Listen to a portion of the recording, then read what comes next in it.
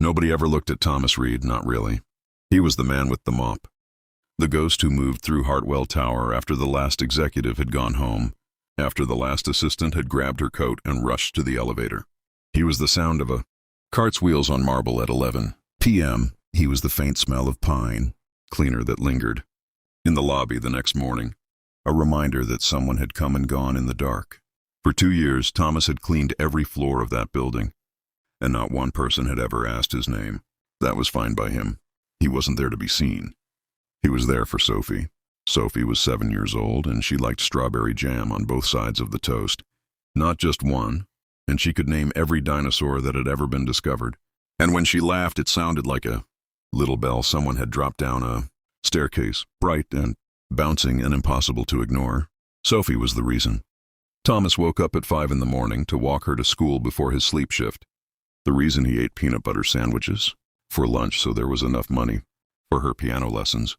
The reason he kept going, even on the nights when his back ached so badly he had to grip the mop handle just to stay upright. Sophie was everything. She was what remained after the accident took her mother. 3 years ago, on a Tuesday morning in February, when the roads were slick and the world was not paying attention. Thomas never talked about Claire anymore. He kept her in a small locked room inside his chest, and he only opened that door at night after Sophie was asleep, when he could sit at the kitchen table and look at the one photograph he kept on the refrigerator. Claire laughing at the camera, squinting into the sun, her red hair catching the light like she was on fire. He had taken that photo at a county fair in 2019. She was holding a funnel cake and pointing at something off camera and laughing at whatever ridiculous thing he had just said. She looked so alive it hurt. He mopped, he vacuumed.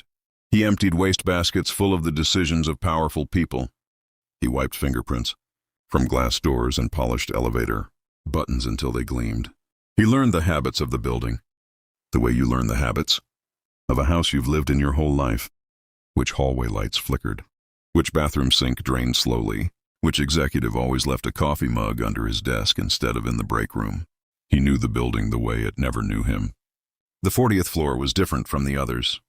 Most floors were open plans, rows of desks behind glass walls, whiteboards covered in diagrams Thomas didn't understand.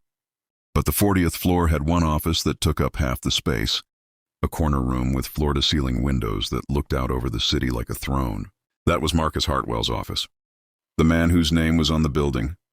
The man Thomas had seen exactly twice in 2 years, once in the elevator, once walking to a black car in the lobby, and who had not seen Thomas at all.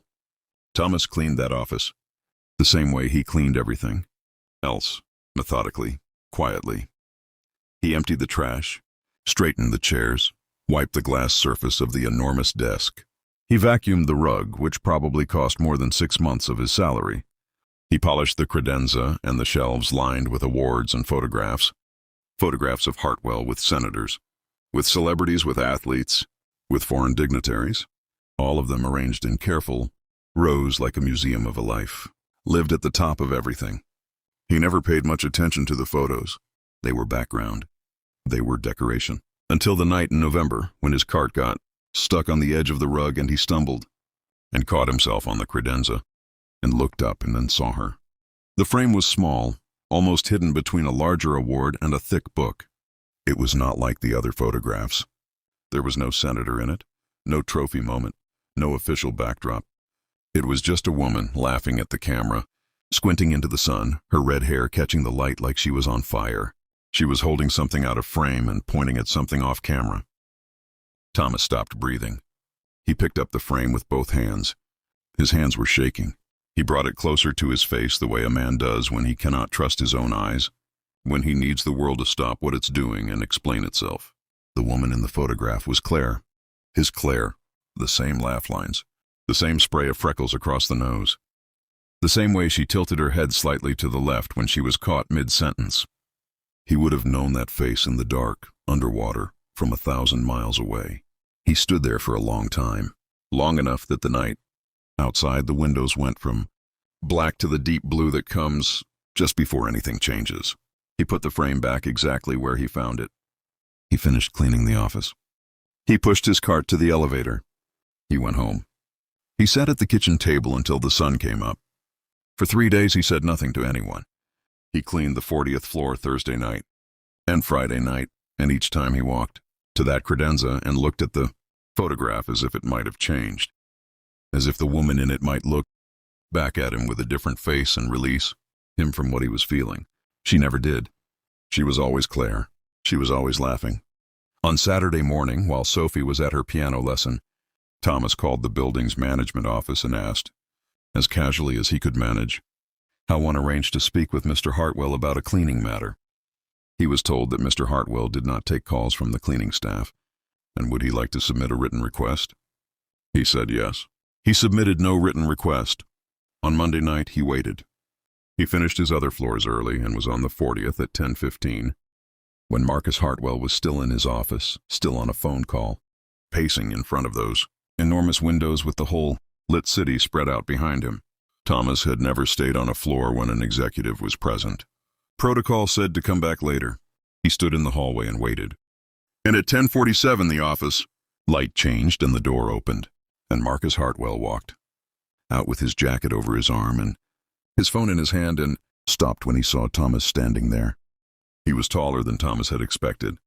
He had the kind of face that had once been handsome and had since become something harder and more complicated, like a good road after too many winters. He looked at Thomas the way men like him often looked at men like Thomas, not unkindly, but distantly, the way you look at a parking meter or a mailbox. "Evening," Hartwell said, moving to walk past. "I need to ask you something," Thomas said. Hartwell stopped. He turned. There was something in Thomas's voice, not aggression, not accusation, but a weight that made the air in the hallway feel different. "The photograph on your credenza," Thomas said. "The small one, between the Chambers Award and the Blue Book. The woman with red hair." Something moved across Hartwell's face, something quick and private that he almost managed to hide. "What about it?" he said. It was not quite a question. "Who is she?" The silence between them lasted long enough for a whole conversation to happen inside it. Hartwell looked at Thomas, really looked, for the first time. And Thomas let him, because there was nothing to hide. He was just a man asking about a photograph. "Her name was Claire Mercer," Hartwell said quietly. "She was an environmental lawyer.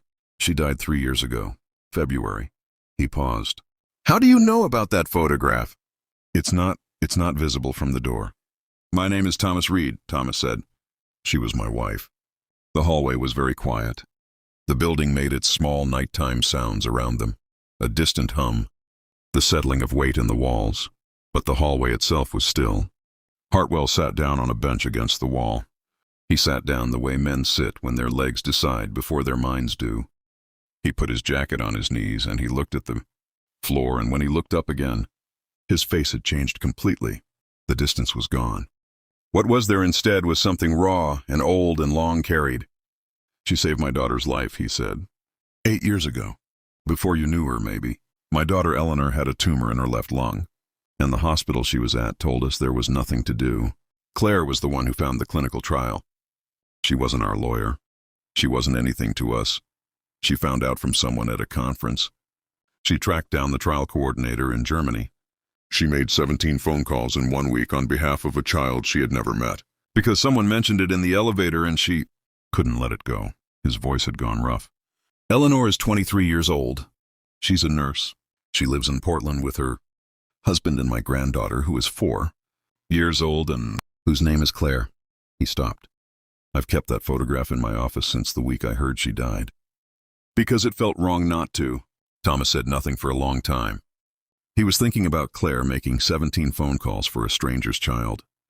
He was thinking about how that was exactly the kind of thing she would do, exactly the kind of thing that would make her stay late and lose track of time, and come home excited and distracted.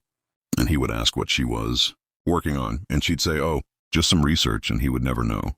He was thinking about how much of her he had never known because she was always doing things quietly, out of frame, off camera. "She never told me," Thomas said. "She wouldn't," Hartwell said. "I tried to thank her. She told me not to make it." Weird. His mouth moved in. Something that was not quite a smile, but close to one. "She said she didn't do it for thanks. She did it because Eleanor deserved to exist." Thomas covered his face with one hand. Just for a moment, just long enough. When he dropped his hand, Hartwell was watching, him with the careful attention of a man who had been carrying guilt for 3 years and had just been handed a chance to put some of it down. I have a daughter, Thomas said. Sophie, she's 7. She likes dinosaurs and piano and strawberry jam on both sides of the toast. His voice was steady. She looks exactly like her mother. Hartwell nodded slowly. He was quiet, and then he said, I'd like to tell Eleanor that you exist, that Sophie exists. I think he stopped. He tried again. I think Claire would want her daughter to know there's another little girl alive because of her mother. I think that's the kind of thing that should exist in the world. Thomas thought about Sophie sitting at the kitchen table with her dinosaur books, asking questions he couldn't answer, growing into a shape he was doing his best to understand. He thought about the locked room in his chest, and the photograph on the refrigerator, and how love does not disappear when a person does. It changes form. It keeps moving. It turns up in places you never expected, in a small frame on a credenza on the 40th floor, in a granddaughter, named after a woman who made 17 phone calls for a stranger. Yeah, Thomas said. I think she would too. He picked up his mop. He finished cleaning the office.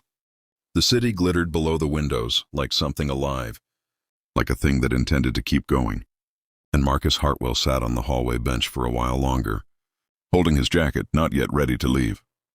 And somewhere across town, Sophie was asleep in her bed, one arm around a stuffed triceratops, dreaming whatever 7-year-olds dream, already more her mother's daughter than she would ever fully know.